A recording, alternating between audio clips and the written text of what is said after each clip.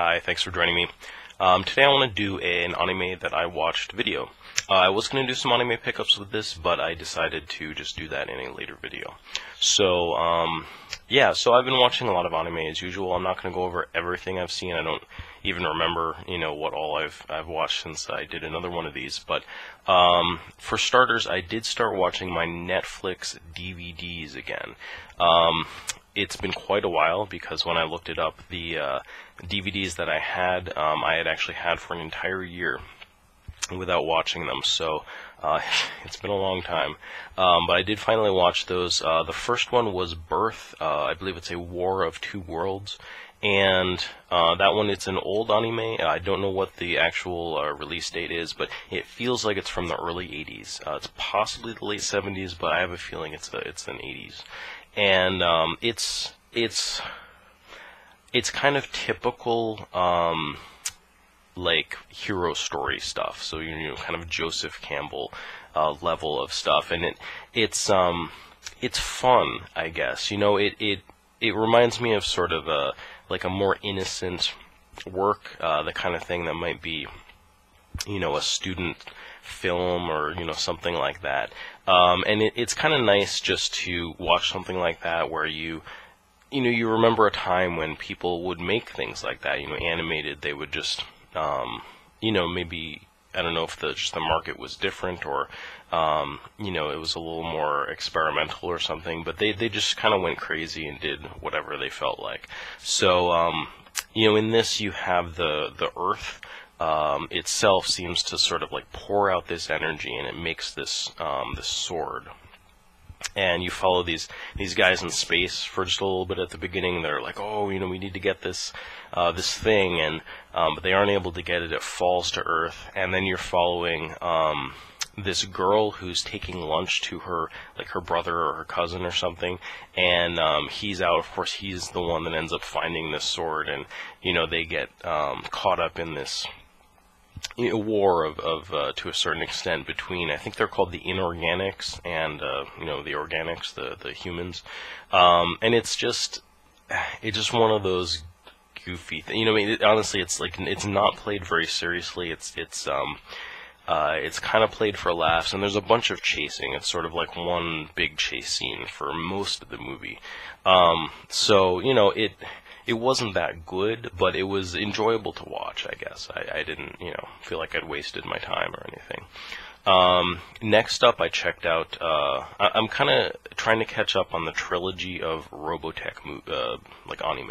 So, I've already seen Macross, of course.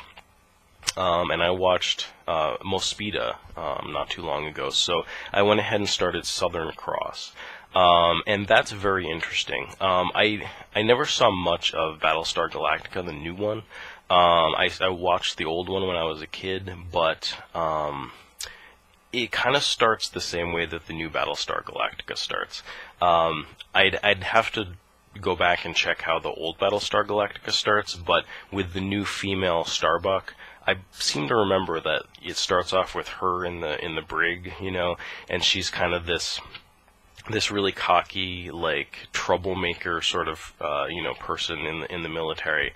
That's exactly how Southern Cross starts. In fact, I would say that they just, ripped the character and the intro completely off of Southern Cross. If the original Battlestar Galactica didn't start that way. So you are following a female main character, and she's sort of that Tom Cruise in Top Gun type of character. She's really cocky. She, I guess makes up for it by being, kind of lucky, kind of having good instincts, and ending up doing the right thing in the right moments, even when they seem like the kind of person that would be ill-suited to, to making tough decisions, and sort of she seems a little frivolous, I guess, but I don't know. I guess she's kind of one of those characters. I actually don't know that I like her that much, but I think she's a very interesting character, and I'm actually really interested in seeing more of Southern Cross. It's not quite what I was expecting, but it's very intriguing, and I actually enjoy it a lot so far. So next up, I've been watching some stuff on Crunchyroll, and you know, I go through phases with that, but I'm like all in on Crunchyroll right now. This season, I feel like it's, there's some things that are just more approachable, more accessible to me. Definitely a lot of follow-ups to shows that I've been enjoying before. So I'm just going to briefly go over those because I don't want to talk about them a lot. I want to talk about new things that I think are interesting. But I'm still watching My Love Story, or a Monogatari. That's still really good. It's, you know, it's going on. It's up to episode, I don't know, 20 now or something. So it seems like it's going to be a full, like, 24 episode season. I don't know if they're going to keep going beyond that. Next up is a new season of Wagnaria, also known as Working, which I'm really excited about. This season, I would say, almost doesn't feel quite as good as the previous seasons, but it's hard to tell. It's still great, and honestly, there's a lot of stuff going on. So it's fun to see them, you know, not just playing the status quo and sort of keeping everything the same. So it's been a lot of fun so far. Next up is a new season of Non Biyori, which is awesome.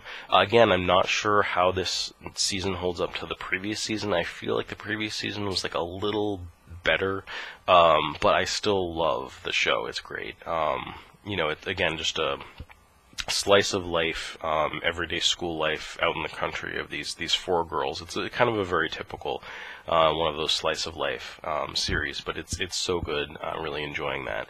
And Nisekoi is still going on. That is one that I can definitely say that I don't appreciate it being drawn out quite so much, but I'm still just picking away at the episodes. They're still entertaining, so, you know, no huge complaints there. But in terms of some of the new stuff that's come up, probably one of my favorites so far this season is Himouto Umaru-chan. This is something that reminds me a lot of Ore no imoto ga konan ni kawaii wake ga nai, or I Can't Believe My Sister Is This Cute. You have a very similar character in Umaru-chan, who, you know, she outwardly projects this air of perfection. You know, when she's outside in society, when she's at high school, you know, everyone kind of looks up to her. She seems so composed. She seems very elegant. She's good at everything. She's good at sports. She's, you know, academically great. She just sort of seems like the perfect student. You know, she's kind. She's everything that, you know, for the most part, Japanese society, you know, looks up to. But when she's at home, and I think it's this real sense of sort of uchi and soto in Japanese, which is like the, you know, sort of the inside and the outside. When she's at home, her character design literally transforms. She becomes this cute little chibi character, and she puts on this little hamster hood that she wears, and she's just completely lazy. She doesn't want to do anything. She just, like, lounges around the house. She plays video games. She drinks soda and eats snacks and is just like a complete slob. And it seems like she ran away from home and has moved in with her brother.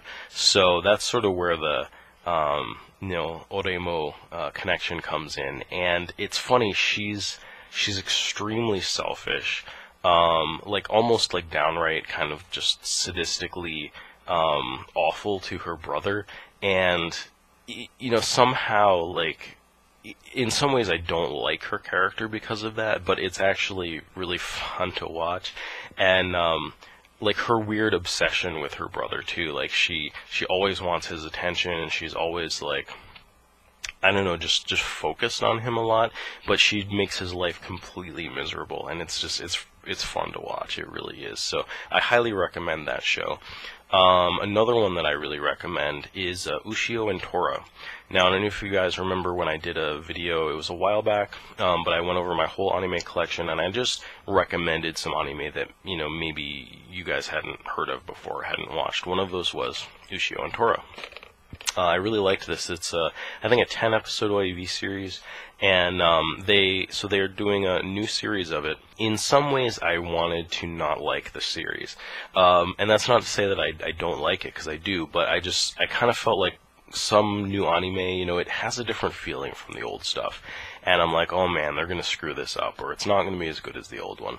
And I watched the first few episodes, and I was like, oh, I don't know. So then I went back and watched the old ones, and it was actually extremely faithful to the original few episodes.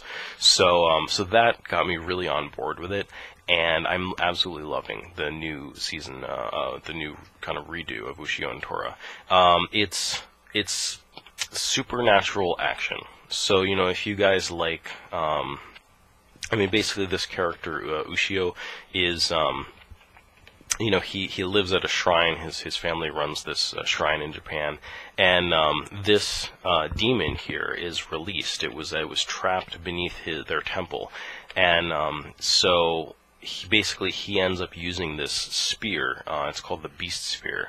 And it's what was trapping this demon, and so he basically has to use it to control this demon, to keep it under wraps, to keep it from, you know, just running wild and killing people and causing chaos. And while he does that, there are these other, like, Japanese yokai monsters and such that are kind of attracted to the spear, or to Tora, which is what he names the demon, and it's fun. They've already gotten farther in the show than I think some of the stuff that they showed in this original OAV series, and it's you know, obviously this must be based on a manga, so it seems like they're delving into some other material that's really interesting so far. So I highly recommend that show if you guys you know, haven't checked it out yet. The last few that I'm watching here, I've been watching Charlotte, and that's decent. It's not, you know, the first couple episodes or so, I was like, all right, this is good enough to keep watching it, and it is. It's intriguing. It seems like a series by Key. And, you know, the more I watch it, the more it feels like a Key series. So you basically have these characters, like young people, who have sort of imperfect superpowers.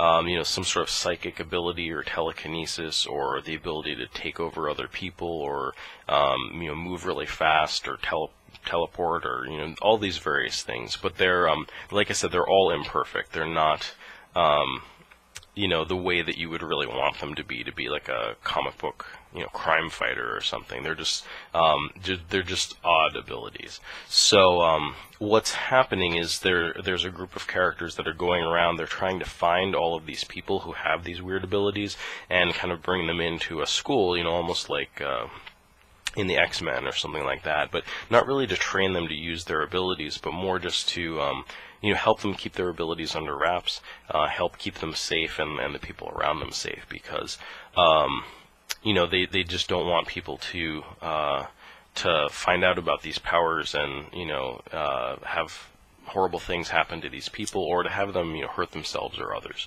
So it's an interesting premise, and you know, of course, being Key, I'm fairly certain that it gets dramatic, it gets, you know, a little dark, and it's interesting so far. Again, not my favorite thing of the season, but it's definitely worth watching, and I've been enjoying it a lot.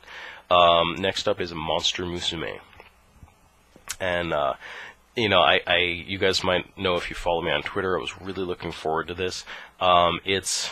It's a show, it's obviously like a harem comedy, where the main character is basically surrounded by these monster girls.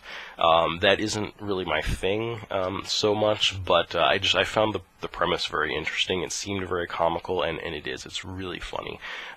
So it starts off with, I guess, the first girl that it's basically like an exchange program. So you have, you know, this world of monsters has been revealed to the world, and so they're trying to promote some kind of like cross-cultural exchange. So they're having, you know, monster people come over and do homestays with people in Japan. So this one, like, young single guy, for some reason, ends up becoming the host family for this snake girl. She's like a lamia, I think, And so she's sort of the first homestayer that he has. But, of course, each episode that goes by, essentially, he keeps getting more and more, like, of these monster girls living in his house. And, of course, like, they all fall in love with him instantly. So it's this huge harem craziness, but it's all, like, these monster girls. And it makes it really funny, because, like,